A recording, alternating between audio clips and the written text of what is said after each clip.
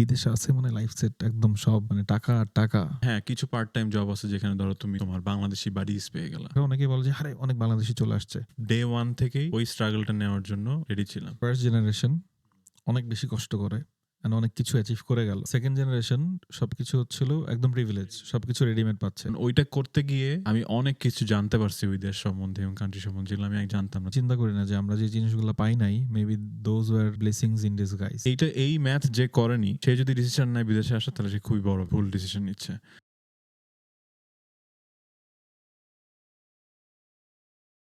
আমার মনে পড়ে হচ্ছিল একটা মিম দেখছিলাম।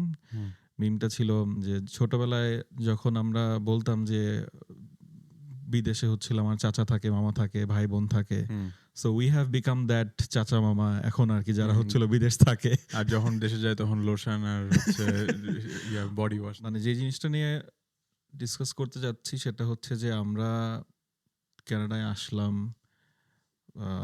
কিছু বছর হয়েছে মাত্র, অনেক বেশি হয় নাই। অনেকে যে বলে যে I have been here for decades, মানে এরকম। তো ওরকম এত সময় হয় নাই, বাট আই গেস এনাফ সময় অ্যান্ড এনাফ টাইম হচ্ছে হলো আমরা পার করে আসছি, and situations and events, global events বলেন বা হচ্ছে হলো অনেক কিছু হয়েছে, ক্যানাডার ডোমেস্টিক ইভেন্টস বলেন, এগুলো হচ্ছিল অনেক পার করে আসছি।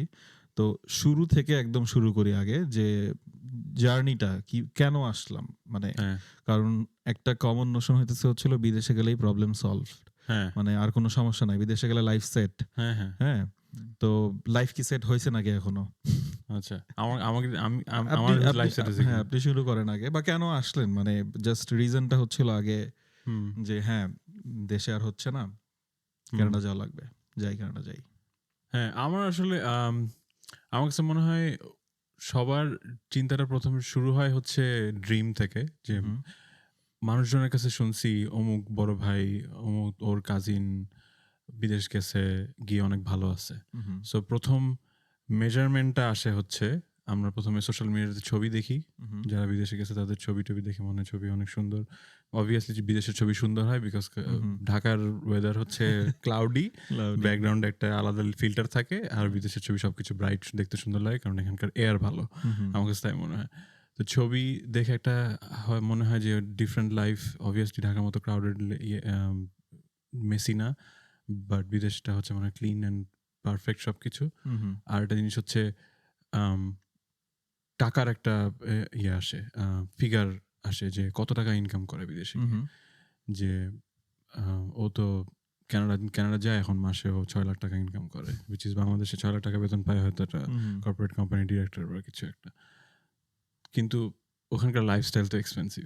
এই জিনিসগুলো মানে ছোট ছোট ব্যাকগ্রাউন্ড জিনিস আছে যেগুলো ওভারলুক করে সবাই, সামনের যেটা দেখতে পাচ্ছে সেটা নিয়েই ডিসাইড করে। সো ওইখান থেকে একটা আসে যে ওকে তাহলে আমার বিদেশ যাওয়া উচিত। আমার কাছে ড্রাইভ, বিদেশ যাওয়ার পিছনে যে ড্রাইভটা ছিল সেটা হচ্ছে যে আমার মনে হয় 2-3টা জিনিস। এক নাম্বার হচ্ছে যে আমার কাছে মনে হয়েছে বিদেশের লাইফ বাংলাদেশের চেয়ে safe and secure and stable, এটা একটা। অ্যান্ড অবভিয়াসলি আমার নেক্সট জেনারেশনকে মোর অপরচুনিটিস আর মোর সেফ লাইফ দিতে চাই। সেটা করতে গেলে বিদেশে গেলে এটা ইজিলি পসিবল, বাংলাদেশে থাকলে সেটার জন্য you have to get rich. Exactly. দ্বিতীয় জিনিস আমার কাছে মনে হয়েছে যে ক্যারিয়ার ওয়াইজ বাংলাদেশে, অবশ্যই বাংলাদেশে অনেক অপরচুনিটি আছে, বাংলাদেশের জিডিপি অনেক ভালো, অনেক মানুষজন, অনেক কাজ হচ্ছে, সবকিছু গ্রোয়িং ডেভেলপিং কান্ট্রি। কিন্তু ক্যারিয়ারে যদি তুমি ভালো করতে চাও, আমার কাছে আমি বাংলাদেশে 6 বছর কাজ করছি কানাডায় আসার আগে। এই 6 বছর আমার কাছে মনে হচ্ছে যে তোমাকে জাস্ট তোমার কাজ ভালো মতো করে গেলে হবে না, আরো অনেক কিছু করতে হবে। যেমন হচ্ছে তোমাকে অফিসে অনেক প্রেজেন্ট থাকতে হবে, তোমাকে সিনিয়রদের একটু তোষামত করতে হবে। এই জিনিসটা আমার কাছে ভালো লাগতো না। সো দ্যাটস অ্যানাদার থিং, যে ক্যারিয়ারে ফাস্টার প্রোগ্রেস করা জন্য আমার কাছে মনে হচ্ছে বিদেশ একটু ইজিয়ার। বিদেশে গেলে এই জিনিসটা ইজিয়ার, আমি আমার কাজ প্রুফ করে বেশি প্রোগ্রেস করতে পারবো কম সময়ে। এক নম্বর সিকিউরিটি যেটা বললাম। আর একটা জিনিস আমার কাছে মনে হয় যে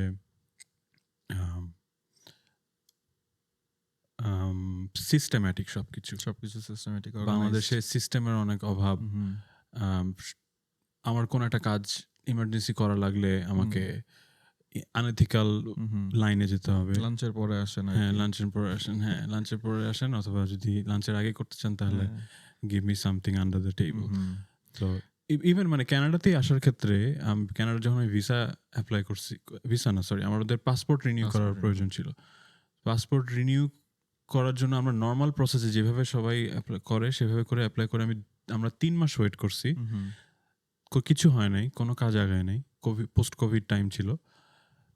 কিন্তু যেই না আমরা একটু অন্য লাইনে গেলাম, মানে আমাদের পরিচিত একজন আর্মি প্রফেশনাল থ্রুতে গেলাম, ওইটা 15 দিনে হয়ে গেল। এই এক্সাক্ট সেম রিজন হচ্ছিল ওই দিন আমরা কথা বলছিলাম কেন কানাডায় আসছি, কারণ এই টপিকটা নিয়ে ডিসকাস করছিলাম। তো ফায়াজ বলতেছে যে ওর কানাডায় আসার রিজন হচ্ছিল পাসপোর্ট অফিস।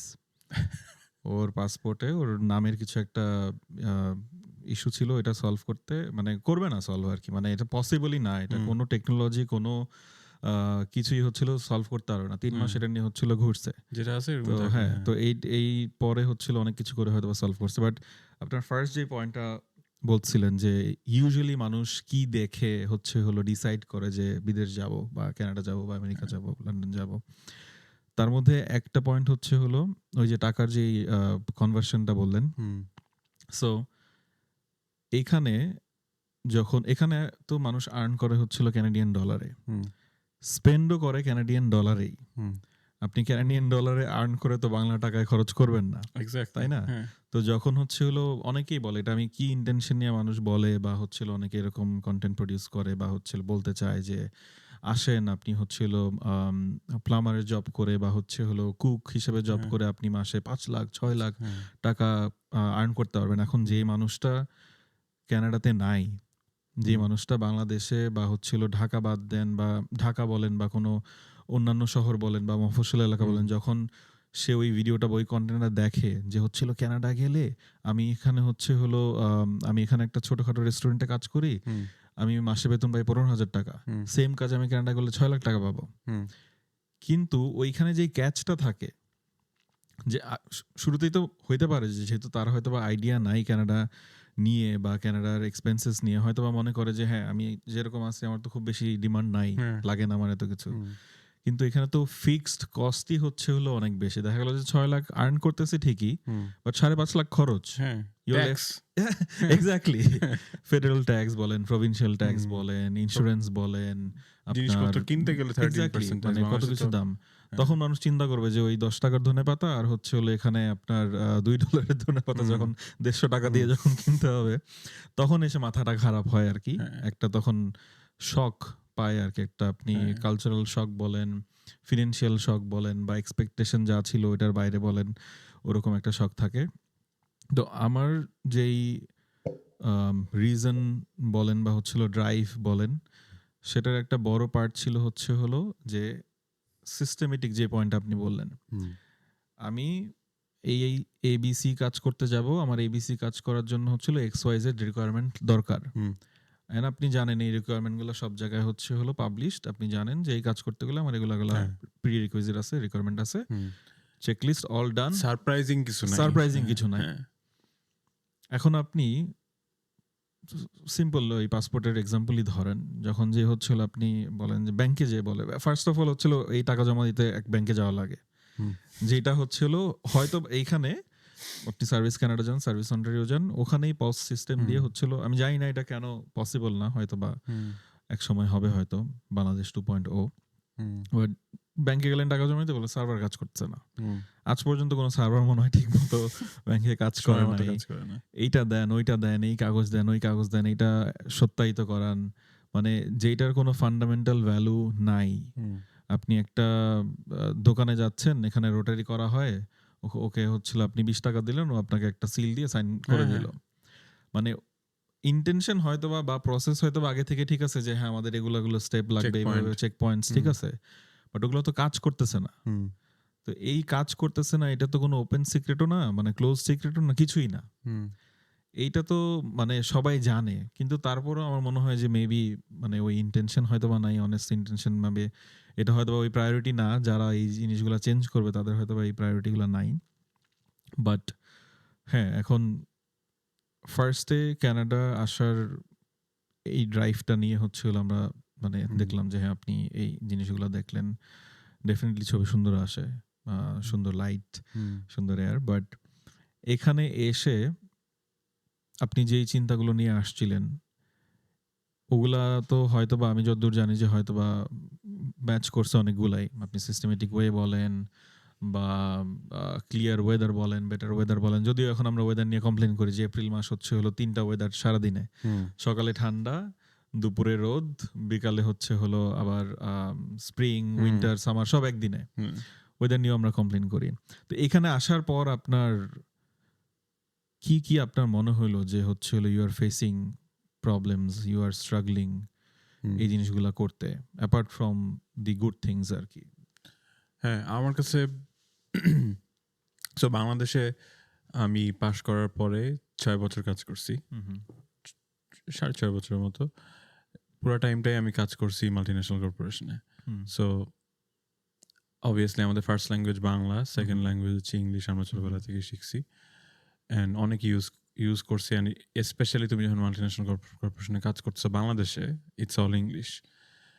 তো আমার কাছে একটা অ্যাজিউমড ধারণা ছিল যে কানাডা তো ইংলিশ স্পিকিং কান্ট্রি, তো আমি ওখানে গিয়ে খুব ইজিলি সব কিছুর সাথে অ্যাডাপ্ট করে ফেলতে পারবো।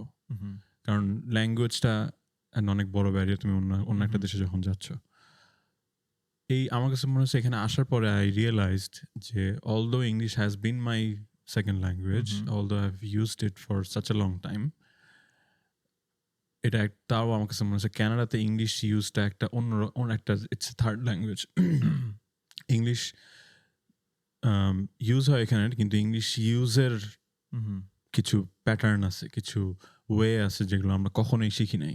মানে ওদের হিউমারটা ডিফারেন্ট হয়তো, মানে কালচারটা হয়তো বা ডিফারেন্ট। একটা যোগ করলো, এটা কি আসলে এখন আমরা বাংলাদেশে হয়তো বা অনেক রেফারেন্স নিয়ে অনেক কনটেক্সচুয়াল অনেক কিছু বলতে পারি, যেটা হয়তো বা আপনি যদি রিটেন বাংলায় যদি দেখতে যান তাহলে হয়তো বা ওইটা মানে সেন্স মেক করবে যে হচ্ছে ছোটবেলা থেকে বাংলা দেখে আসছে, শিখে আসছে, বলে আসছে। ওদের ওই কনটেক্সটটা আছে, ওদের ইংলিশের জন্য ওদের ওই কনটেক্সটটা আছে, কিন্তু আমরা তো ওটা ইউজ করিনি বাংলাদেশে।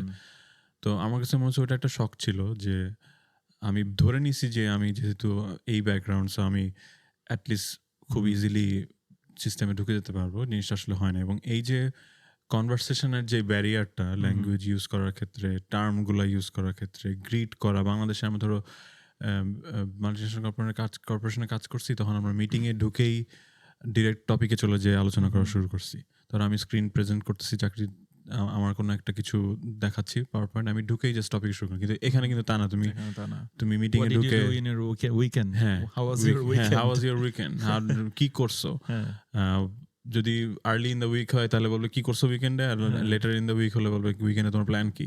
এই ধরনের আলোচনা থেকে, ওয়েদার নিয়ে কিছু আলোচনা থাকে। তো এই যে আচ্ছা, আমার কোনো ডিসকাশনে যাওয়ার আগে আমাকে এরকম কিছু to lighten the mood, ice breaking, আমাকে ইংলিশ অন্য কিছু স্মল টক করতে হবে, তারপরে we go to the topic. এটার কারণে কিন্তু আসলে হেল্প হয় যে অ্যাকচুয়ালি কানেকশন বাড়ে, মানুষের সাথে পার্সোনাল রিলেশনশিপ ক্রিয়েট করা, যেটা তোমার কাজে আলটিমেটলি হেল্প করবে। এটা আমি একদমই রিয়েলাইজ করি নাই আগে বাংলাদেশে থাকতে, কিন্তু এখানে এক্স্যাক্টলি আপনি তখন শুরুতে যে পয়েন্টটা বললেন না যে বাংলাদেশে হচ্ছে হলো তোষামত করা লাগে বা হচ্ছে হলো পার্সোনাল রিলেশনশিপ লাগে উপরে উঠতে হইলে, এন্ড আমারও এই নোশন ছিল যে এখানে হয়তো বা everyone is very low context, সবাই হচ্ছে কাজে কাজ, কারো সবাই জাস্ট ইন্ডিভিজুয়ালিস্টিক মানুষজন। আমি আমার কাজ করবো ঠিকঠাক মতো, কাজ ভালো হলে you are getting promotions and you are just going up in your career. But ওরকম হয় নাই, and small talk became the worst fear আর কি ওই দিক থেকে। যে কি বলবেন এখন, ধরেন যখন আপনি শুরুতে আসলেন বা শুরুতে আসার বাদ দিলাম, ধরেন আপনি গ্রাজুয়েশন করলেন, সো বাই দ্যাট টাইম 1-1.5 বছর হয়ে গেছে, জব শুরু করলেন, তখন যখন আপনি, তখনও তো উই আর স্ট্রাগলিং, তাই না? তখনও তো weekend was not that happening in terms of what they are looking for, যে তুমি উইকেন্ডে কি করছো। গ্রোসারি করতে হবে, লন্ড্রি করতে হবে, বাসা গোছাইতে হবে, এটা ওটা করতে হবে, বা হচ্ছে হলো অনেক ক্ষেত্রে অনেকের হয় যে হচ্ছে হলো অ্যাডিশনাল ইনকাম করতে হয়, যেটার জন্য উইকেন্ডে স্পেন্ড করতে হয়। বা ধরো গ্রোসারি স্টোরে যাওয়ার আগে ডিল খুঁজে বের করতে হবে, এক্স্যাক্টলি কোনখানে গেলে আমি কম দামে জিনিসটা পাবো, ভালো জিনিসটা পাবো।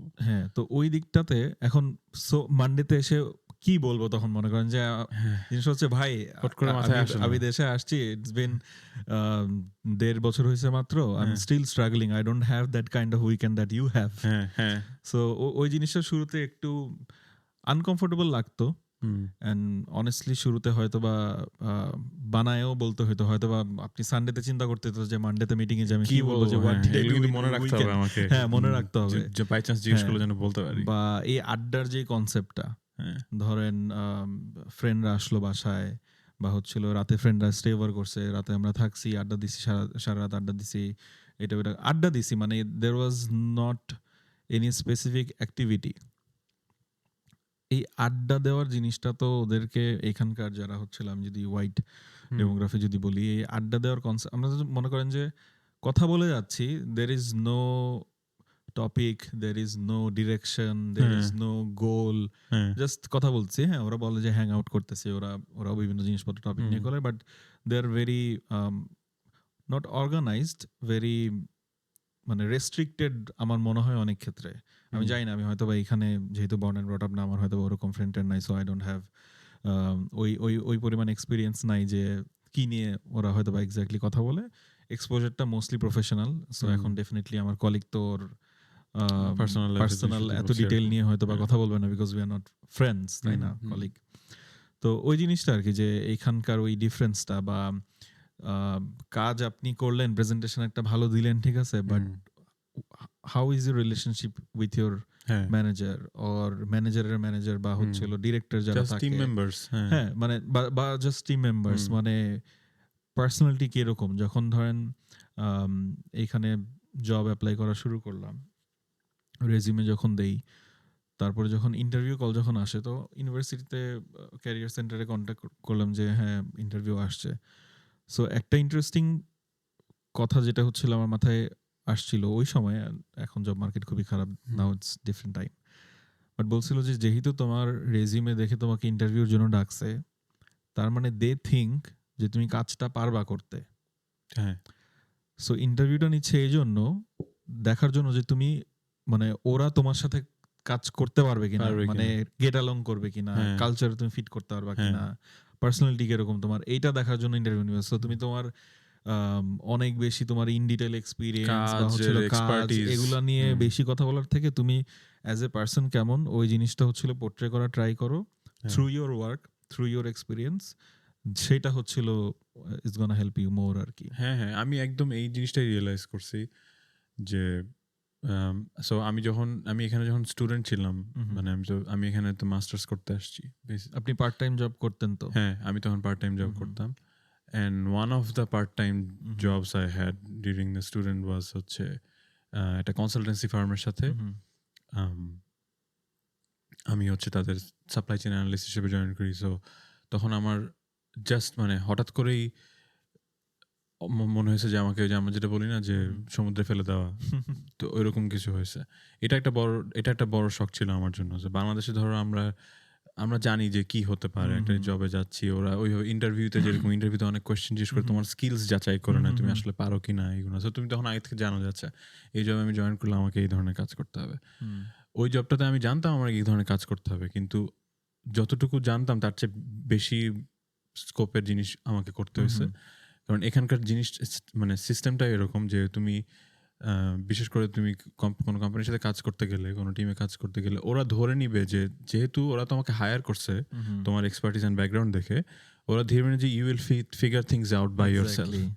তো ওরা তোমাকে কাজ দিবে, you solve it on your own way. Company বলে দিচ্ছে এই সফটওয়্যার ইউজ করতে হবে, এটা করতে হবে, এই সিস্টেমে যেতে হবে, এই প্রসেস ফলো করতে হবে না। তুমি যদি টাইমলি কাজটা ডেলিভার করতে পারো তোমার ওয়েতে, ইটস টোটালি ফাইন। তো এই জিনিসটা আমার কাছে মনে হয় একটা বড় শখ ছিল এই দেশে আসার পর। শখ এন্ড লার্নিং ও বলতে পারেন। হ্যাঁ অফ কোর্স। এখন ধরো পরে যখন আমি ফুল টাইম জবে ঢুকছি পাস করার পর, তখন আমি তখন আগে থেকে ধরে নিছি যে আমাকে কেউ কোনো কিছু শেখাবে না। সো আমি ইন্টারভিউর উপরে রিলাই করবে আর কি। সো আপনার এইটা তো আরো অনেক কিছু নাই আর কি, যে আপনি আপনার ওপিনিয়ন দিবেন কি দিবেন না। আমি হচ্ছিল এখানে আমার ওপিনিয়ন শেয়ার করা উচিত কিনা, আমি কি টু মাচ জুনিয়র বা টু মাচ সিনিয়র কিনা, ওইটা কিন্তু একদমই নাই এখানে। সো এখানে হচ্ছে যে ওরা তোমাকে অনেক পাওয়ার দিয়ে দিবে, মানে you are fully empowered to do your own thing. তো এখন ওটা তোমার জায়গা থেকে তোমাকে একটা দায়িত্ব দিছে, তোমাকে ওটা এক্সিকিউট করতে হবে, তোমাকে ওভারলুক করার কেউ নাই। হ্যাঁ, তোমার লাইন ম্যানেজার আছে, রিপোর্টিং ম্যানেজার আছে, কিন্তু তারা জাস্ট দেখবে যে তুমি ঠিক মতো কাজ টাজ করতেছো কিনা, কিন্তু এখানে ওরা তোমাকে ডিকটেট করবে না যে you have to do this in this way. And বিশেষ করে এরকম মিটিং, বড় ফোরামে অপিনিয়ন শেয়ার করা, যেটা বাংলাদেশে আমরা অনেক চিন্তা ভাবনা করে করতাম, কোন ফোরামে কতটুকু কথা শেয়ার করবো, কিন্তু ওখানে এটা এরকম একদমই হতো না। আর একটা জিনিস হচ্ছে যে ধরো সো আমার one of the other part time jobs ছিল হচ্ছে যে, মানে এগুলো বিভিন্ন সময় করছি, সো 2-3 রকমের পার্ট টাইম জব আমি করছি যখন স্টুডেন্ট ছিলাম। তার মধ্যে আরেকটা জব ছিল, সেটা হচ্ছে আমি একটা হাই স্কুলের টিউটর ছিলাম, ম্যাথ টিউটর। তো আমার কাজ ছিল যে, অবভিয়াসলি আমি ক্লাস নিতাম না, আমার কাজ ছিল ক্লাসরুমে টিচার ক্লাস নিচ্ছে, ম্যাথ টিচার ক্লাস নিচ্ছে তার কোর্সটা, আমি ক্লাসরুমে থাকতাম। কোনো স্টুডেন্ট স্ট্রাগল করছে, কোনো একটা অ্যাসাইনমেন্ট দিচ্ছে টিচার, ও বুঝতেছে না, তখন ওর কাছে গিয়ে প্রথমত ওকে ফাইন্ড আউট করা যে কে স্ট্রাগল করছে স্টুডেন্টের মধ্যে, তার কাছে গিয়ে ওকে জিজ্ঞেস করা, ওকে একটু প্রম্পট করে করে বোঝা যে ও আসলে কি সিচুয়েশনে, ও কি স্ট্রাগল করছে কেন। অ্যান্ড তারপর ওর যদি কোনো 1-to-1 কাউন্সেলিং, 1-to-1 টিচিং লাগে, তাহলে আমি তখন ওকে নিয়ে, টিচারই আমাকে বলবে যাচ্ছে ওকে তুমি নিয়ে যে পাশের একটা রুমে স্পেন্ড 10 মিনিটস or 15 মিনিটস এই টপিকটার উপরে, সেটা তুমি করো। তখন ওইটা করতে গিয়ে, এটা তো সবাই তো টিনেজার, হাই স্কুল, তো আমার জন্য এটা একটা শখ, কালচারাল শখ ছিল।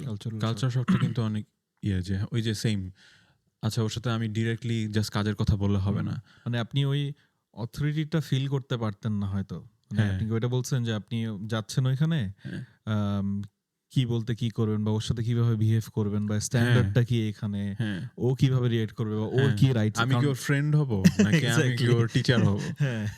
তো এই জিনিসগুলো ফিগার আউট করা, এটা যে কোনো জবে, এটা তো ধরো টিউটর জবের কথা বললাম, এটা এক ধরনের, যে কোনো জবে কিন্তু এটা অনেক বড় ম্যাটার করে।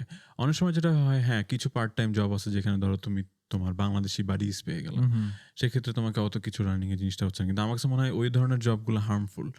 তুমি বরং যেহেতু এই দেশে আসছো, এখানে তুমি গ্রোথ কাইন্ড অফ একটু আটকায় যায়, কারণ ইউ ডোন্ট হ্যাভ এনিথিং, বিদেশে এসে তুমি যদি বিদেশকে দেশ বানায় ফেলো, তাহলে তো বিদেশে আসার পারপাস সলভ হলো না। অ্যাকচুয়ালি এটা পসিবল, কিন্তু ধরো যে এসে তুমি জাস্ট তুমি তোমার কমিউনিটির মধ্যে থাকলা, তাদের সাথে ইন্টারঅ্যাক্ট করলা, তুমি দেখবা যে মনে হবে এটা বাংলাদেশ, মানে এটা মনে হবে না যে অন্য একটা দেশ, বা ওইখানে তুমি যেই গোল নিয়ে আসছো সেগুলা তখন আর ইজিলি অ্যাচিভ করা যাবে না আমার কাছে মনে হয়, যদি তুমি দেশ বানায় ফেলো। ওই দিক থেকে মনে করেন অনেকে যদি, মানে অনেকের প্রেফারেন্স বা গোল যদি এরকম থাকে যে অনেকে বাংলাদেশ অনেক মিস করে, প্রতি বছরে 1বার 2বার 3বার দেশে যাইতে হয়, কারণ অনেক ক্লোজ ফ্রেন্ডস ফ্যামিলি থাকে, বা দেশে অনেক কিছু, কেন এখানে আসছে, এটা অনেক ইন্টারেস্টিং একটা কোয়েশ্চেন তারা। বাট এই জিনিসটা থাকে যে হলো অনেক বেশি ক্লোজ, তো তারা হয়তো বা একটু কমিউনিটির সাথে কানেক্টেড থাকতে চায় আর কি, বা ওইভাবেই। আবার অনেকে একটু আনকমফোর্টেবল ফিল করে, মানে এটা আমার কমফোর্ট জোন, এর থেকে আমি বাইরে যাব না। মানে সবার ওই ড্রাইভটা হয়তো বা থাকে না, যে নেসেসিটিও হয়তো বা থাকে না যে আমার এই কমফোর্ট জোন থেকেই আমাকে বের হইতে হবে, বা হলো আমাকে পুশ করতে হবে কোনো একটা কিছু করার জন্য, অনেকে হয়তো বা করে না। বাট আপনি ওই জবের ওই যে এক্সপিরিয়েন্সটা বলেন, সো শুরুতে যেটা হইলো, আমি দেশে হলো এজেন্সি ছিল, তো ওখানে 2-1 বছর কাজ করে আসছি, এখানে আসছি তো। বাট তার আগে থেকেও মানে স্টুডেন্ট থাকা অবস্থাতেও কাজ করতেছি ক্রিয়েটিভ মার্কেটিং এসব নিয়ে। তো এখানে এসে যখন আমি গ্রাজুয়েশনের পরে জবে জয়েন করলাম, সো আমার সাথে আরো 2জন কলিগ ছিল যারা কোঅর্ডিনেটর ছিল আর কি, আমি স্পেশালিস্ট ছিলাম। হ্যাঁ, কিন্তু একজন কোঅর্ডিনেটর, একজন ইন্টার্ন ছিল। হ্যাঁ, ইন্টার্ন যে ছিল সে ইউনিভার্সিটি অফ টরন্টো থেকে পড়া। হ্যাঁ, আর যে কোঅর্ডিনেটর ছিল আরেকটা কলিগ, সে ওয়েস্টার্ন ইউনিভার্সিটি থেকে পড়া, লন্ডনের এখানে আইভি স্কুল দিক থেকে। আর আমি আসছি হলো একটা দেশ থেকে, যেটা হয়তো ওদেরকে এক্সপ্লেন করতে হলে বলতে হয় যে এই দেশের পাশে থাকে, এই দেশের পাশে, কারণ ওই দেশটা ওরা চিনে। ওইটা একটু খারাপ লাগার বিষয়, বাট হোপফুলি অনেকে তোমার দেশের নামই শুনে নাই হয়তো। ওটা ভুল, জিনিসটা খারাপ না, মানে আমরাও কিন্তু অনেক দেশের নাম জানি না। Exactly. সবার তো নাম আমাদের Exactly. দেশটা অনেক ছোট হ্যাঁ, সেই এন্ড হিসেবে। স্পেশালি মনে করেন আপনি ইউরোপ আর নর্থ আমেরিকা আর হচ্ছিল ওইদিকে এসে বাদ দেন আফ্রিকার একটা কান্ট্রির নাম বললে আপনি বলতে পারবেন না এই না, কান্ট্রি বলতে পারবো না। কোথায় বা হচ্ছিল কি কোন অবস্থা এই কান্ট্রির। সাবকন্টিনেন্টে সেটা বলতে এক্স্যাক্টলি। পারবো না। হ্যাঁ। তো ওইটা নিয়ে মানে হয়তোবা ইনিশিয়ালি হয়তোবা একটু খারাপ লাগে ফিল করে, but I was taking it very normally আর কি, যে ফাইন। বাট ওইটা ইস্যু না, জিনিসটা হচ্ছে যে একটা কাজ ছিল, একটা ক্যাম্পেইন ছিল, যে ক্যাম্পেইনটা এখন I was responsible for that campaign in a way আর কি। হুম। তো ক্যাম্পেইনটা ঠিক মতো একটা প্ল্যাটফর্মে কাজ করতেছিল না আফটার মাল্টিপল মানে অ্যাটেম্পটস আর কি, যে কয়েকটা আমরা কন্টিনিউ করলাম, কাজ করতেছে না। তো বাকি যেই দুইজন ওরা বলছে যে আমরা ক্যাম্পেইনটা শেষ হওয়ার আগে এখানেই হচ্ছিল এই প্ল্যাটফর্মের জন্য এখানে স্টপ করে দেই। হুম। আমি চাই নাই স্টপ করতে, বাট ইট ওয়াজ 2 against 1 বলতে পারেন আর কি। অ্যান্ড আমার মধ্যে ওই জিনিসটা কাজ করতেছিল যে আরে ও ইউএফটি থেকে পড়ে আসছে, ও ওয়েস্টার্ন ইউনিভার্সিটিতে পড়ে আসছে, দুইজনই যখন হ্যাঁ, বলে দিছে, হ্যাঁ, দুইজনে যখন বলছে এখন কি করব, এখন পরে I had to I gave in a way. হ্যাঁ। তারপরে যখন কোন একটা মানে তুমি তোমার অপিনিয়নটা শেয়ার করো নাই, ওপিনিয়নটা শেয়ার করি নাই, আর অপোজ কি করো নাই অপোজ করি সিচুয়েশন। নাই, ওপিনিয়ন হয়তো শেয়ার করছি, বাট হয়তো বা অপোজ করি নাই, বা হয়তো বা ওদের মনে হয়েছে যে ওদের পয়েন্টস হয়তো বা স্ট্রঙ্গার। হ্যাঁ, তো এদিক থেকে কারণ আলটিমেটলি ওই তিনজনের মধ্যে ডিসিশনটা আমার নিতে হইতো যে আচ্ছা ঠিক আছে লেটস স্টপ ইট। হ্যাঁ। So I was the accountable person ওই দিক থেকে। বাট যখন এই সামহাও কোনো পরে দুই তিন সপ্তাহ পরে যখন একটা বড় মিটিংয়ে যখন হচ্ছিল এটা আসলো, তখন আমাদের ম্যানেজার বলল যে why did we stop this campaign on this platform halfway. হ্যাঁ, তো তখন আমি বলছিলাম যে হচ্ছিল we had the discussion and আমরা ডিসকাস করে আমরা ডিসাইড করলাম যে, তো তখন আমার যে ওপিনিয়নটা ছিল ম্যানেজারের, সেই ওপিনিয়ন ছিল যে তুমি ক্যাম্পেইন শেষ না করলে বুঝবা কিভাবে যে ক্যাম্পেইন কাজ করতেছে কি করতেছে না। ক্যাম্পেইন যদি কাজ নাও করে that's a learning for next campaign. হ্যাঁ। ওই দিন থেকে আই ডিসাইডেড যে না ভাই, তুমি কোন ইউনিভার্সিটি থেকে পড়ছো, কোন জায়গায় জন্ম নিছো, it doesn't matter, I have the experience. So আমি হচ্ছে ইনফর্মড, ডিসিশনটা নিব আমার এক্সপিরিয়েন্স এন্ড নলেজের উপর বেস করে। হ্যাঁ। এইটা পরে কি হবে, সো আমি যদি আমার নিজের ওপিনিয়ন বা এটার উপর ডিপেন্ড করে যদি ডিসিশনটা নেই, I can defend it, I can justify it. But ওইখানে তো I didn't have any way to justify other than saying যে হচ্ছিল না, এটা হচ্ছিল ইটস অন মি। এন্ড এই যে ধরো এই প্রিকনসিভ নোশনটা যে আমরা কোন এডুকেশনাল ব্যাকগ্রাউন্ড থেকে আসছে সেটা দিয়ে আমরা হচ্ছে আগেই ডিসিশন নিয়ে ফেলি, এটা তো একদমই এখানে নাই। মানে এটা ওয়ান অফ দোজ রিজনস যে আমি যেটা বলছি যে এখানে সিস্টেম্যাটিক, এখানে ক্যারিয়ার প্রোগ্রেসটা বেটার। কারণ এখানে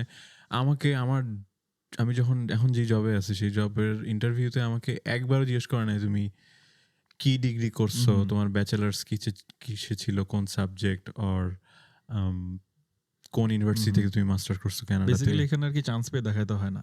না, এক্স্যাক্টলি, চান্স পেয়ে দেখানোর কিছু না। হ্যাঁ, এরকমকে বলবেন যে চান্স পেয়ে দেখাইছো।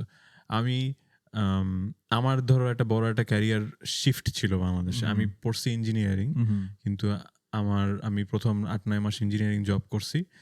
করার পরে আমার কাছে মনে হয়েছে যে এখানে এই লাইনে থাকলে আমার ক্যারিয়ার গ্রোথ অনেক স্লো।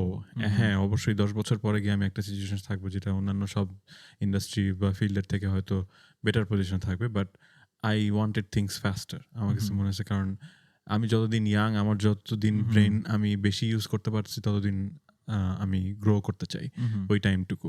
আমি 40 বছর বয়সে গিয়ে 35 বছর বয়সে গিয়ে যখন আমার ফিজিক্যাল এবিলিটি কমে যাবে, তখন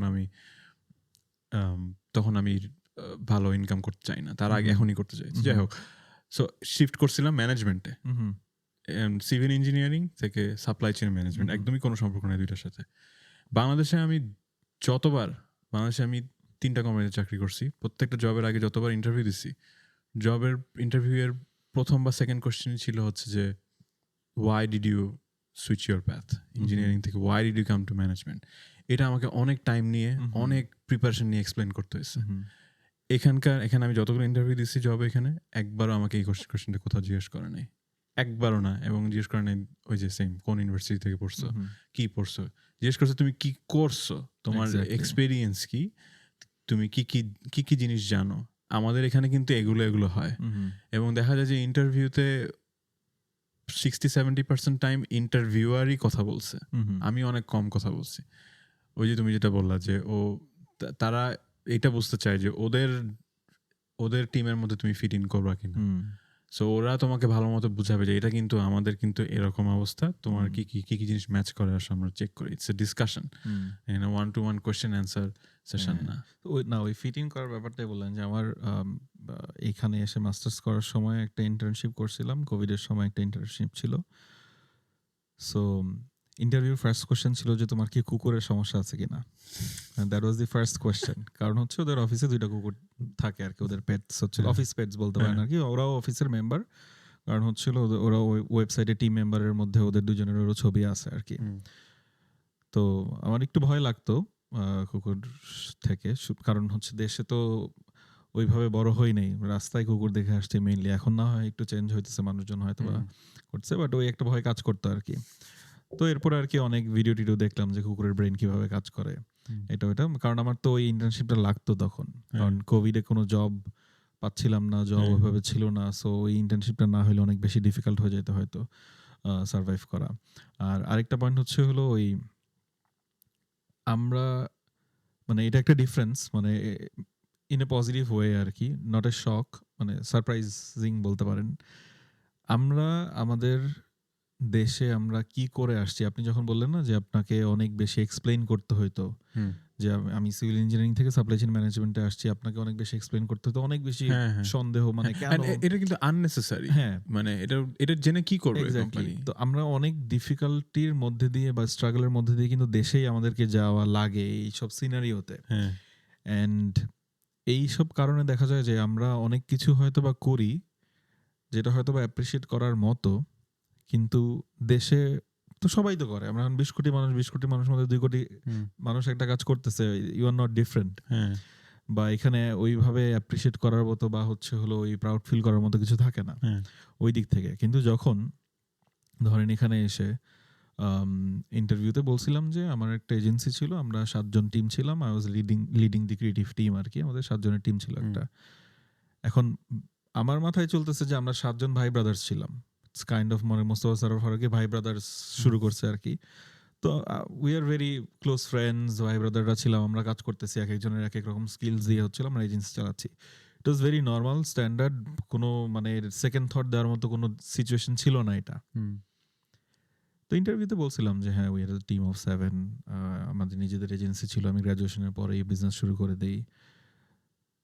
ফার্স্ট যেদিন জয়েন করলাম টিম মিটিংয়ে, আমার ম্যানেজার সবাইকে পরিচয় করে দিতেছিল যে Aaron led a team of 7, he had his own agency and everything.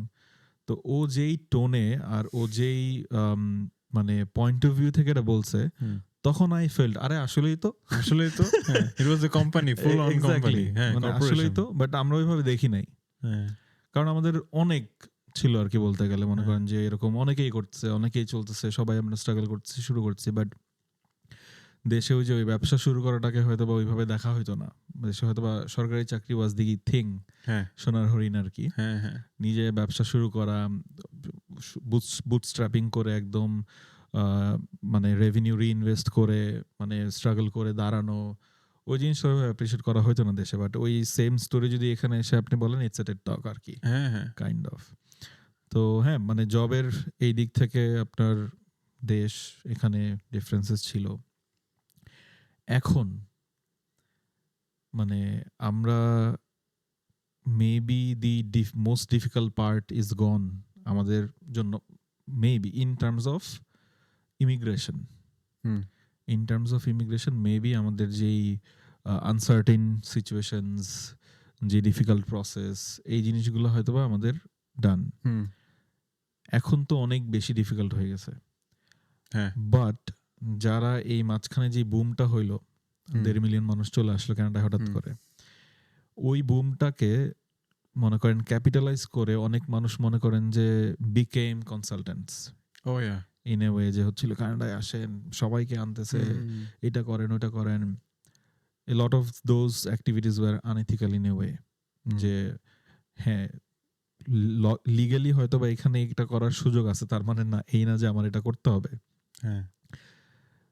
যে আমি এসে এরকম কিছু একটা করে এখানে থেকে যাই বা কিছু করি, যেটার কারণে যারা লিগালি রাইট ওয়েতে আসে তাদের হয়তো বা একটু মানে ইমপ্রেশন খারাপ পড়ে, বা হচ্ছে অ্যাজ এ নেশন হয়তো বা ইমপ্রেশন খারাপ ক্রিয়েট হয় একটা, দেন এগেইন মেবি যারা করে এটা তাদেরও হয়তো বা সিচুয়েশন ওরকম, মেবি আর কোনো ওয়ে নাই, অ্যান্ড তারা হয়তো বা ওই নোশনটার মধ্যেই বিলিভ করে আসছে যে বিদেশ গেলেই সব সমস্যার সমাধান হয়ে যাবে আর কি।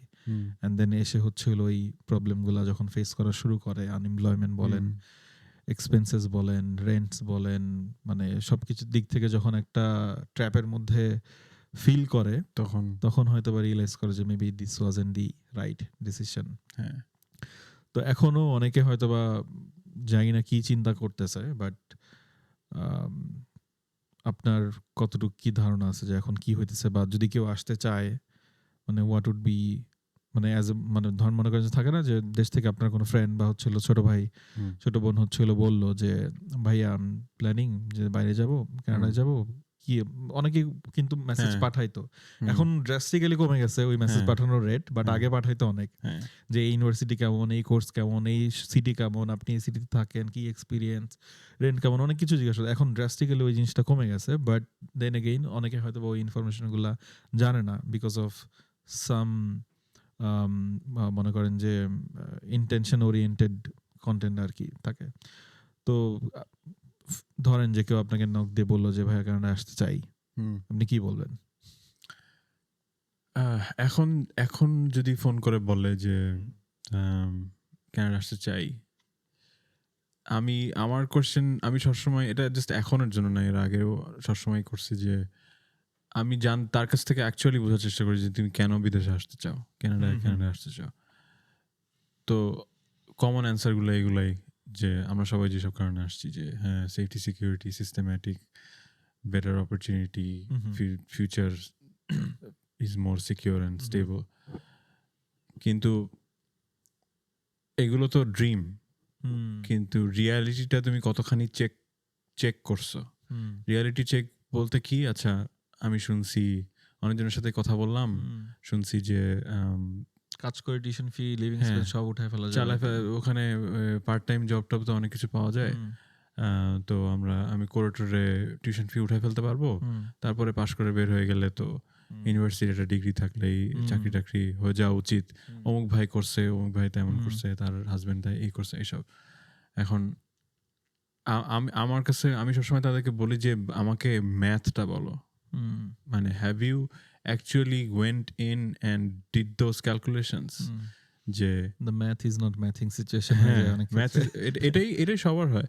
আমি চাইছি তুমি জানো যে মাসে তোমাকে কত রেন্ট দিতে হবে বাসার পিছনে, তখন হ্যাঁ বলে একটা বড় একটা রেঞ্জ বলে। আচ্ছা তাহলে তো তোমাকে বড় রেঞ্জ কেন? বিকজ পুরা ধরো অন্টারিও আর ব্রিটিশ কলাম্বিয়াতে দুইজনের সাথে কথা বলছে, দুই জায়গায় দুই রকম রেন্ট। তুমি যেখানে যেতে চাও সেখানকার, তুমি যেখানে কোথায় যেতে চাও সেটা তুমি এখন ডিসাইড করার চেষ্টা করছো, ভালো কথা, তুমি অনেক মানুষের সাথে কথা বলছো, তারপর তোমাকে ন্যারো ডাউন করতে হবে, আমি এখানে আসতে চাই। আচ্ছা এখানে আসতে চাই, তাহলে টরন্টোতে যেতে চাই, তাহলে টরন্টোতে হাউজিং রেন্ট কেমন?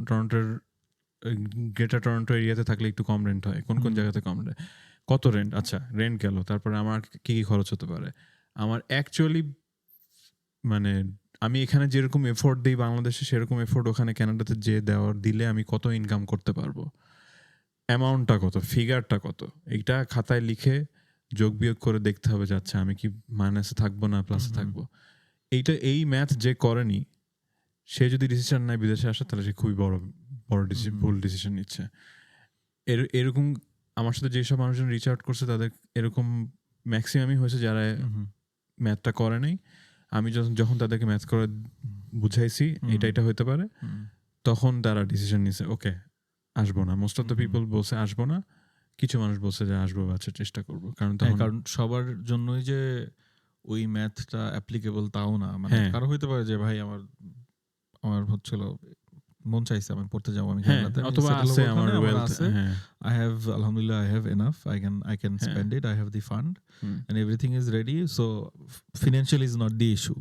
আপনি আমাকে বলেন যে ওয়েদার কেমন, অনেক ঠান্ডা নাকি, বেশি ঠান্ডা হলে যাবো না, মানে কারোর জন্য হইতে পারে ওইটা একটা রিজন যে অনেক ঠান্ডা, কারোর জন্য হইতে পারে যে অনেক দূর, মানে 12-13 ঘন্টা টাইম ডিফারেন্স, ওখানে গেলে আমি লোনলি ফিল করবো, সো আমার হচ্ছে ভালো, হ্যাঁ এক্স্যাক্টলি, যে ইউএসএ ভালো বা বা অস্ট্রেলিয়াতে যাবো, অস্ট্রেলিয়ার ওয়েদার ভালো।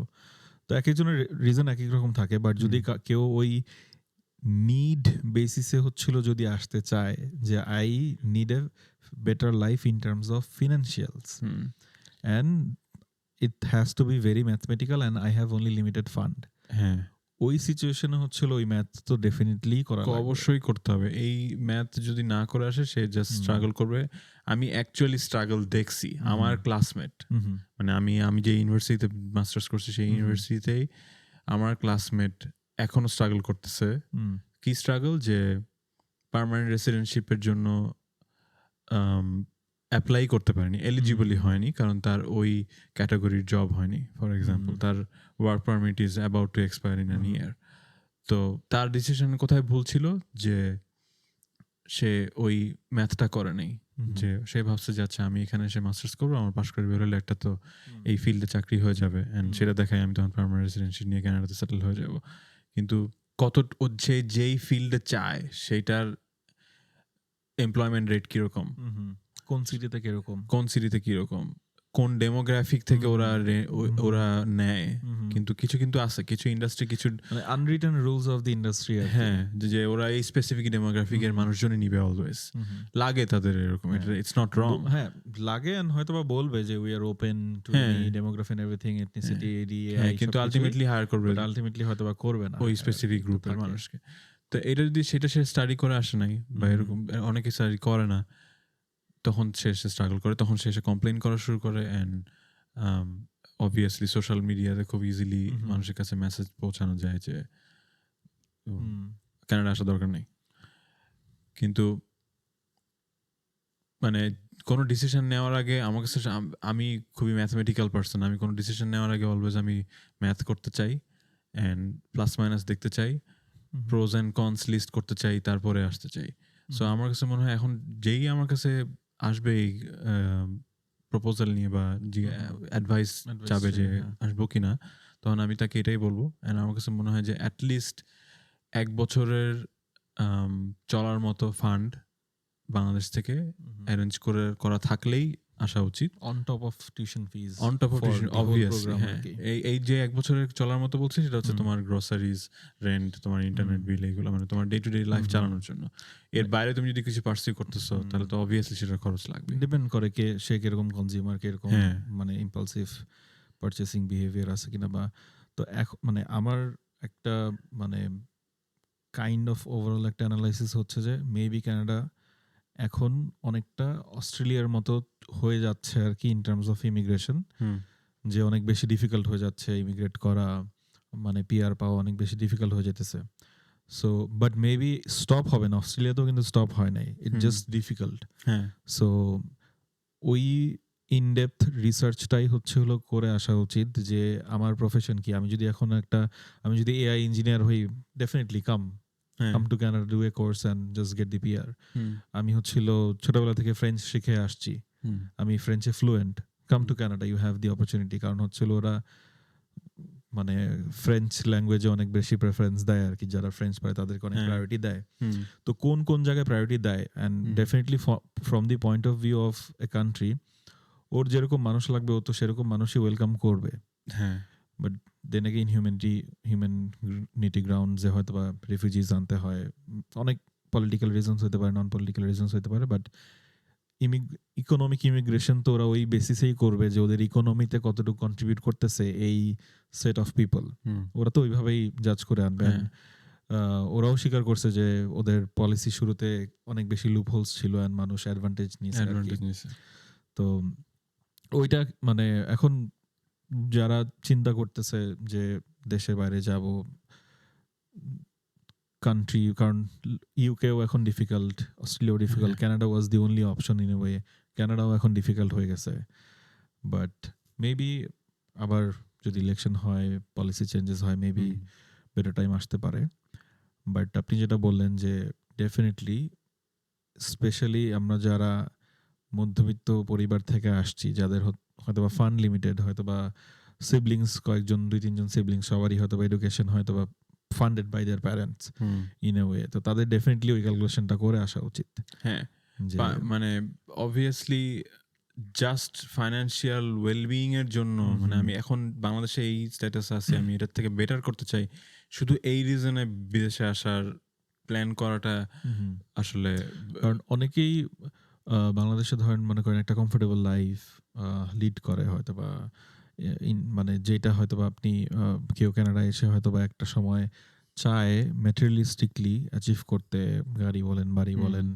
অনেকে এটা নিয়েও মিসলিড করে যে কানাডায় এসে এমনি গাড়ি কিনে ফেলা যায় হ্যাঁ, আরকি। হ্যাঁ, বাট ওটার বিহাইন্ড দ্য স্টোরি হয়তোবা হ্যাঁ। ডিটেইল হয়তোবা সোশ্যাল অনেকে মিডিয়া শেয়ার করে না। ইনফ্লুয়েন্সাররা দেখাবে যে এই যে হ্যাঁ, দেখেন ভাই আসছে, সে হ্যাঁ। 1 বছরের মধ্যে একটা গাড়ি কিনে ফেললো। Honda Civic গাড়ি কিনছে। হ্যাঁ। তো এটা তো মানে গাড়ি কেনা তো এখানে ডিফিকাল্ট না।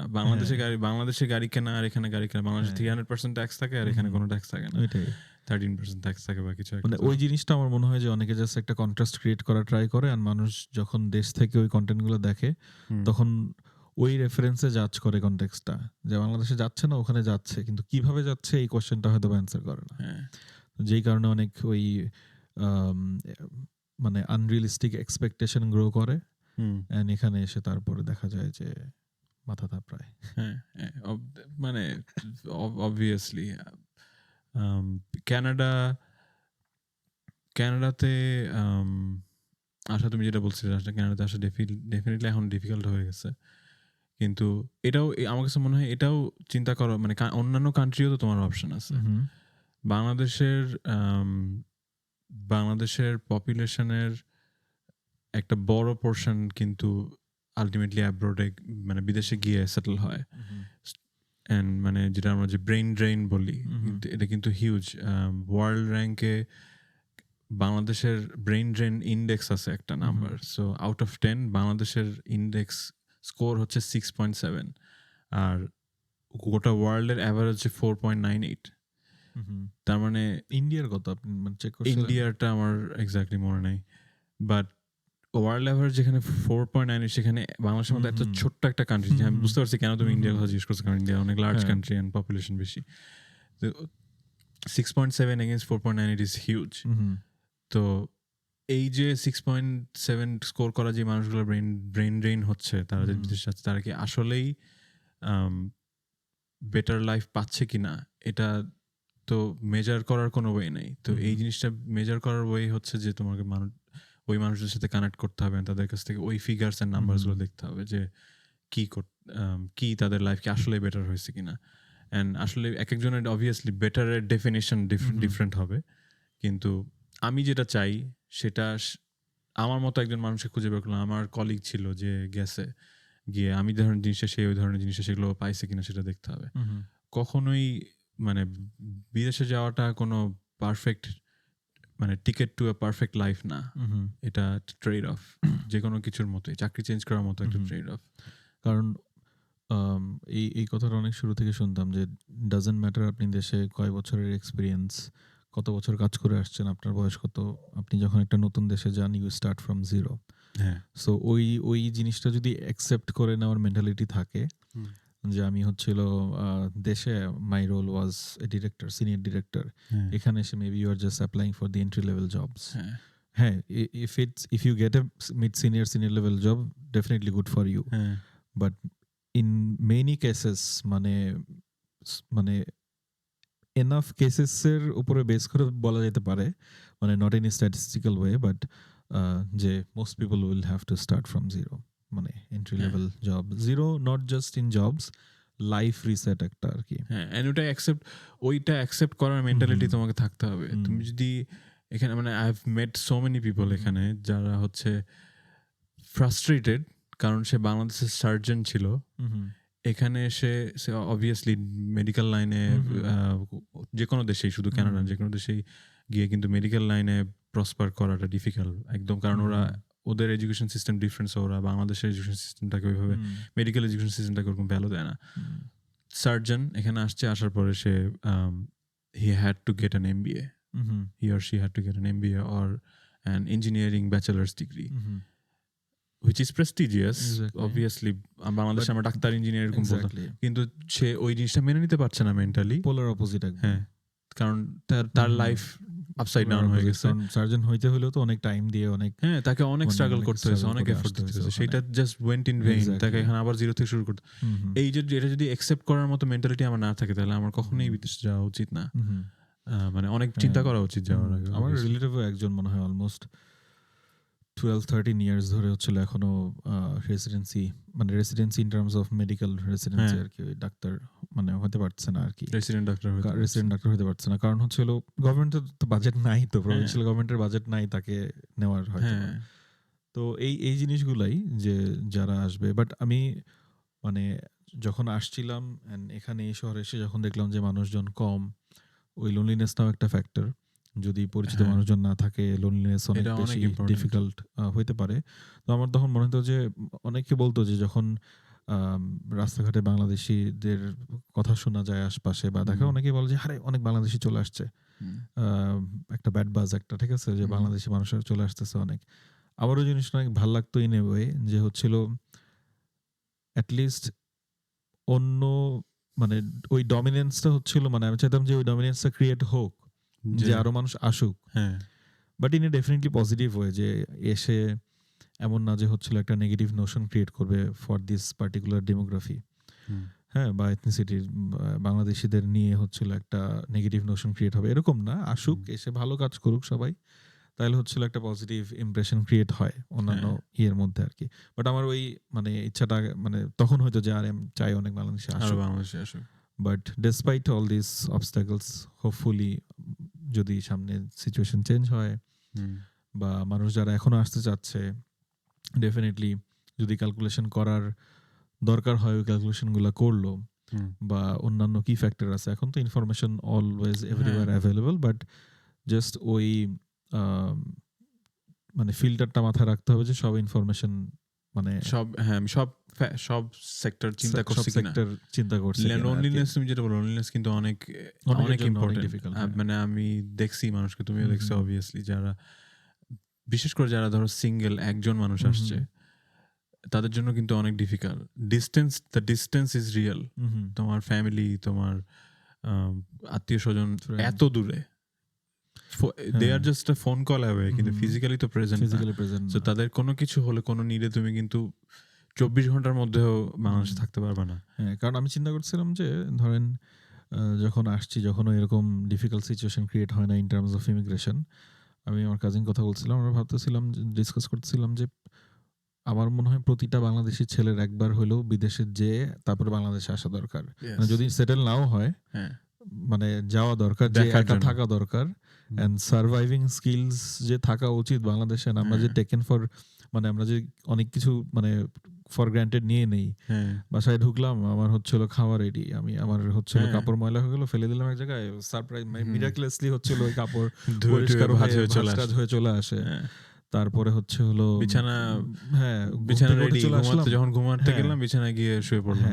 তো এই জিনিসগুলো যখন প্রতিটা কাজ যখন নিজের করা লাগে, শেখা লাগে, স্পেশালি ধরেন টাইম অ্যালোকেট করা লাগে, প্ল্যানিং করা লাগে, স্ট্র্যাটেজিক্যাল লাগে, তারপরে মানে এই জিনিসগুলো আমার মনে হয় ওই স্কিলগুলো অ্যাটলিস্ট বাংলাদেশে কতটুকু পসিবল যায় না হয়তো বা, বাট অ্যাটলিস্ট যে কোনো একটা দেশে যে কয়েক মাস হয়ে ট্রাই করে তারপরে আসা উচিত।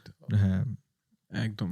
বাট এখানে এসে অনেক বেশি লার্নিং হবে আর কি, ওই জিনিসগুলো নেওয়া দরকার। অ্যান্ড ইটস নট জাস্ট যে ধরেন আপনি সব কাজ একা করতেছেন। যদি এরকম হয়, যারা স্টুডেন্ট হিসাবে আসে, ডেফিনেটলি এখানে একটা 2-3 রুমের অ্যাপার্টমেন্ট হয়তো বা 1500 থেকে 2000 বা $2500 লোকেশনের উপর ডিপেন্ড করে হতে পারে। সো ধরে নিলাম যে আপনি you are not gonna pay for that, you are gonna share those rooms, private rooms, not even same room sharing, ধরে নিলাম যে হ্যাঁ প্রাইভেট রুম শেয়ার করবেন। সো অন্যান্য রুমে তো বাকি যে মানুষগুলো থাকবে ওইটার উপর তো আপনার কন্ট্রোল নাই। যে কোনো দেশের হতে পারে ওই মানুষটা, বাংলাদেশেও হতে পারে বা নন বাংলাদেশেও হতে পারে, এখানকার মানুষও হতে পারে, এমন কোনো দেশের মানুষও হতে পারে যে দেশের প্রতি আপনার হয়তো একটা নেগেটিভ নোশন কাজ করে। তো তাদের সাথে তো চলতে হবে আপনার, তখন একই কিচেন শেয়ার করতে হবে, একই ওয়াশরুম শেয়ার করতে হবে। সো ওই জিনিসগুলোও তো অনেকের অনেক রিয়েলাইজ করে না হয়তো বা আসার আগে, কিন্তু এসে যখন দেখে যে এগুলা করতে হচ্ছে, এন্ড ওই ছোট ছোট ব্যাপারগুলো যখন অনেক বেশি ইরিটেট করে, তখন অনেক বড়, তখন একটা বার্ডেন মনে হয়। সো এই জিনিসগুলো যার প্রায়োরিটি লাইফে, যে আমার পার্সোনাল বেডরুম, আমার পার্সোনাল ওয়াশরুম, আমার হচ্ছিল সব রেডি থাকবে, মেবি একটু আবার চিন্তা করে দেখা উচিত যে দিস ইজ দি বেস্ট মধ্যে যাচ্ছে। Exactly, if this is the best way in life to move. এটা এই ডিসিশন নেওয়ার আগে অবশ্যই অনেক সময় দেওয়া উচিত, চিন্তা করা উচিত যে আমি যাবো কি যাবো না, কি প্রতি সারাদিন বাংলাদেশে যখন, মানে আমিও এটা করছি যে আমাদের অ্যাকচুয়ালি প্ল্যান ছিল কোভিড 2020 আসা, 2020 আসা। 2019 আমরা আইএলটিএস দিয়ে ইউনিভার্সিটি অ্যাপ্লিকেশন এগুলো শুরু করছিলাম। তারপরে কোভিড হলো। তারপরে আমরা চিন্তা করছি, আচ্ছা আমরা একটু সময় দিই। যেহেতু সময় দিতে পারবো এখন, কোভিডের পরে এখন আনসার্টেন সবকিছু বাইরে টাইরে যাওয়া। সো আমরা আরো 1.5 বছর সময় নিছি, জাস্ট চিন্তা করছি যে আমরা আসলে এটা করবো কিনা। আমি আমার ওয়াইফের কথা বলছি, দেন আমরা ডিসাইড করছি and আমরা আসছি। And আমরা ডে 1 থেকেই ওই স্ট্রাগলটা নেওয়ার জন্য ওকে ছিলাম, মেন্টালি রেডি ছিলেন যে টোটালি মেন্টালি ছিলাম যে আমাকে এখানে ইটস একদম নতুন লাইফ জিরো থেকে শুরু করতেছি। আমি কি করে আসছি বাংলাদেশে, আমার কি ছিল, কি ব্যাকগ্রাউন্ড, এগুলো কিচ্ছু যায় আসে না। I am just totally on my own and আমাকে এই স্ট্রাগল করে যেতে, হয়তো আমি আমার লাইফ পার হয়ে যাবে, আমি হয়তো একই স্ট্যাটাসে থাকবো, কিন্তু for the next generation I will create some more opportunities or things to look forward to, যেটা বাংলাদেশে থাকলে হতো না।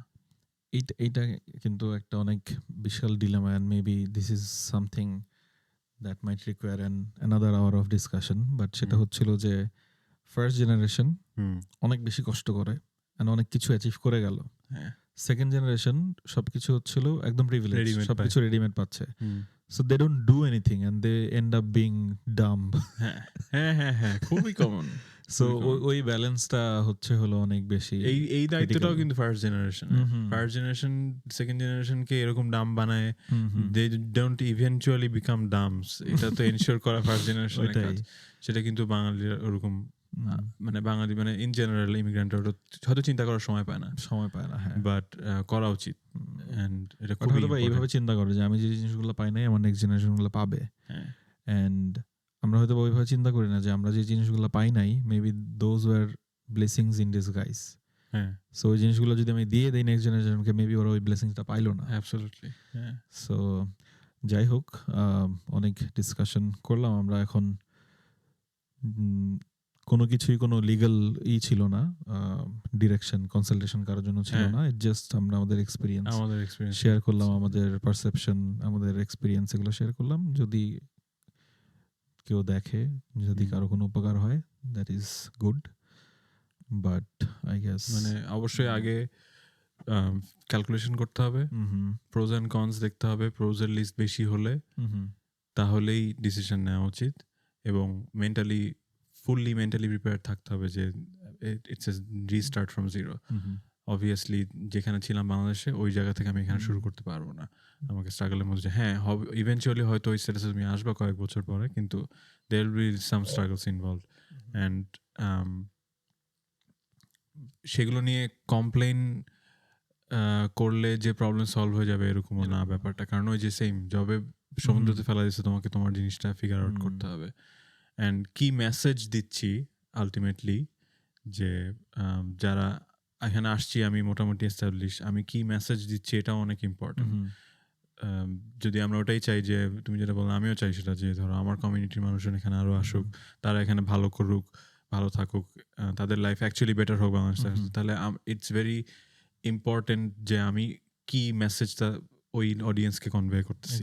আমি এখানে কানাডায় বসে বাংলাদেশি আমার ফেলো ফ্রেন্ডসদেরকে ইয়েদেরকে জাস্ট কমপ্লেন করে গেলাম না, এখানে কিন্তু ভালো না, ভালো জিনিসগুলো হাইলাইট করলাম না, খারাপ জিনিসগুলো বেশি হাইলাইট করলাম, এটা করাটা আমার কাছে মনে হয় খুবই ভুল কাজ। কারণ এটা আসলে it's a turn down for the people যারা চিন্তা করছে অপটিমিস্টিক। ওইটাই না, লাস্টলি আমি জাস্ট হচ্ছিল একটা ইমিগ্রেন্ট সিক্রেট হচ্ছিল শেয়ার করি। আপনি ফার্স্টে যে জিনিসটা বললেন যে হচ্ছিল এখানকার ওয়েদার ভালো, এখানকার বাতাস পরিষ্কার, লাইট ক্লিয়ার, ছবি সুন্দর আসে। সো আমি যে সিক্রেটটা শেয়ার করতে চাই সেটা হচ্ছে যে ওই কথা শুনেই আমার তখন মনে পড়ছে, আমি মাঝখানে কথা বলতে বলতে ভুলে গেছিলাম। সেটা হচ্ছে যে আমরা যারা ধরেন সোশ্যাল মিডিয়াতে যারা মানে ছবি পোস্ট করি, হ্যাঁ অনেক সুন্দর ছবি হয় যাদের ছবি আমরা আগেও দেখছি, ছবির পিছনের স্টোরিটা কিন্তু কেউ শেয়ার করে না।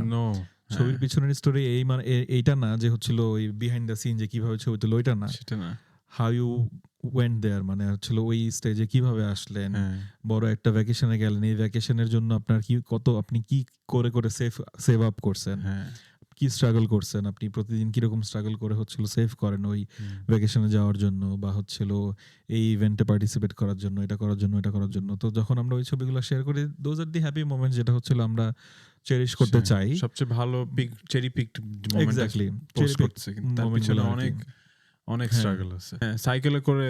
সাইকেলে করে শপিং করে নিয়ে ব্যাগ দুই দিকে ঝুলায় নিয়ে গেছি, কারণ $3 বাস ট্রানজিটের চার্জটা আমার দিতে হয় না। এক্স্যাক্টলি, কারণ আর শুরুতে তো ওই কনভার্সনটা মাথায় থাকে, হ্যাঁ, যে $3 মানে হচ্ছে হলো, তখন তো মনে হয় 60-70 ছিল, হ্যাঁ, তো 200 টাকা 300 টাকা, হ্যাঁ, যে একটা বাস ভাড়া দিব এটা দিয়ে, তাই না? তো ওইটাই বললাম আর কি, যে সিক্রেটটা হচ্ছে এটা, যে এই ছবি okay fine, these are our happy memories, but এটার পেছনে স্টোরি অনেক বেশি লম্বা, হ্যাঁ, এন্ড বড়। মানে people shouldn't be afraid to ask those questions. আমরা ধরো অনেক সময় চিন্তা করি যে ওই ভাইকে জিজ্ঞেস করতেছি, আমি ওনাকে স্ট্রাগলের কথাটা বেশি জিজ্ঞেস করতেছি না ওনাকে এম্বারাস করার জন্য, এটা করা উচিত না। এবং যারা শেয়ার করছে তাদের ওপেনলি শেয়ার করা উচিত যে আসলে কি করছে, এবং সেই অনুযায়ী জানে। এটা জাস্ট আমি চাচ্ছি যাকে আমি ইনভেস্টর দিচ্ছি সে যেন প্রপার ডিসিশন নিতে পারে, তাকে ফুল পিকচারটা দেওয়া, যে হ্যাঁ ওই ছবিটা দেখছো কিন্তু এটার আগে 2 বছর আমাকে স্ট্রাগলটা করতে হয়েছে, এটা প্রপারলি মেসেজটা দেওয়া।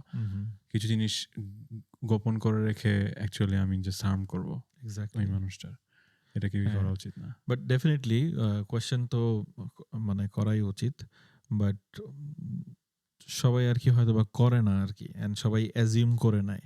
হ্যাঁ, প্রবলেমটা ওখানে ক্রিয়েট হয়ে যায় আর কি, যে অ্যাজিউম করেন যে আরে বিদেশে আছে মানে লাইফ সেট একদম সব, হ্যাঁ, মানে টাকা আর টাকা, মানে এবং পুরো প্রসেসটার মধ্যে দিয়ে আমার কাছে মনে হয় যে নিজে থেকে যাওয়া উচিত। যেমন ধরো আমি যখন ভিসা অ্যাপ্লাই করছি কানাডা, তখন দেয়ার ওয়াজ অপশন যে আমি সার্টেন অ্যামাউন্ট মানি পে করলে এজেন্সি আমার পুরো ভিসার প্রসেসটা টেক কেয়ার করবে। কিন্তু আমি ডিসিশন নিয়েছি যে আমি আমারটা নিজে করব, কারণ ওইটা করতে গিয়ে আমি অনেক কিছু জানতে পারছি ওই দেশ সম্বন্ধে এবং কান্ট্রি সম্বন্ধে, যেগুলো আমি জানতাম না। তখন আমার ভিউগুলো অনেক চেঞ্জ হয়েছে।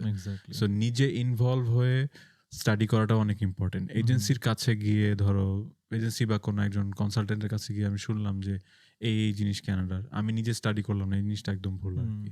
নিজে থেকে নিজে খুঁজে খুঁজে বের করা, গুগল সার্চ দিয়ে হোক বা এই পডকাস্ট শুনে হোক বা কোনো ভিডিও দেখে হোক। আমাদের সময় ভালো একটা রিসোর্স ছিল, আমি জানি না এখন ওই রিসোর্স মনে হয় কাইন্ড অফ আর্কাইভড, প্রসপেক্টিভ একটা ফেসবুক গ্রুপ, ওটা মাঝখানে 2-3 বছর বন্ধ ছিল মনে হয়, এখন প্রবাবলি আবার চালু করছে। বাট ওটা অনেক ভালো resource, very good resource. And ওই অনেক সময় দেখেন না, ধরেন আপনি কোনো একটা ভিডিও দেখলেন and তখন বলে যে my faith in humanity is restored by watching this video or something. Exactly. তো যখন কানাডা আসার চিন্তা ভাবনা করছিলাম, প্ল্যানিং করছিলাম, ওই গ্রুপটা gave me the same feeling. সবাইকে হেল্প করতেছে। হেল্প মানে কি, ধরেন মনে করেন যে মানে অনেক ক্ষেত্রে হচ্ছিল ধরেন বাউন্ডারি ক্রস করে হেল্প করা শুরু করবে, যে ভাই এটা আপনি এটাই করেন, এটাই হচ্ছিল করেন, এটাই করতে হবে, এইভাবেই করতে হবে। সো হ্যাঁ, ওই জিনিসগুলো অনেক বেশি হেল্পফুল ছিল, রিসোর্স। মানে why not be helpful? আমি একটা if you can be something, মানে তুমি কোনো তো কিছু তো লস হচ্ছে না তুমি যদি কোনো ইনফরমেশন শেয়ার করো।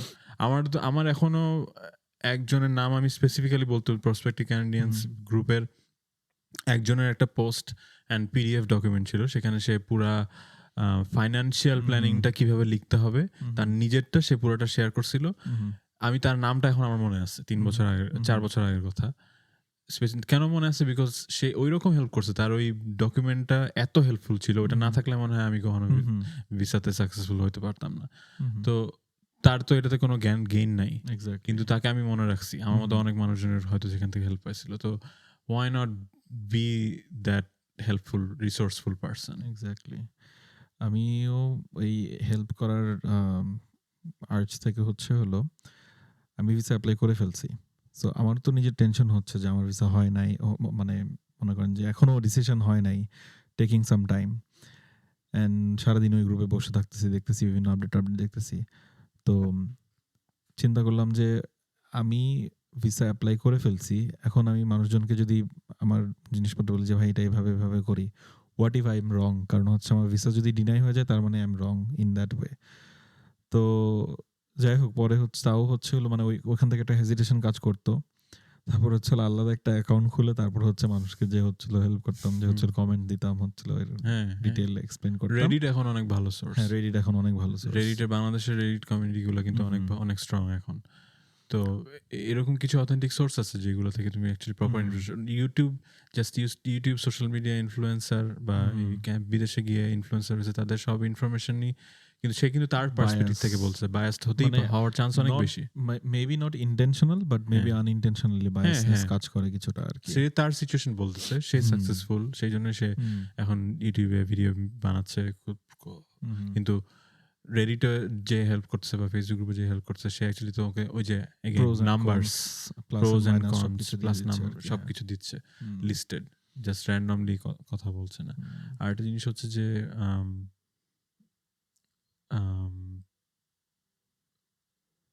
আমরা আম করতে করতে শেষ করতে পারি। শেষ করতে ঠিক আছে ওকে কত অনেকক্ষণ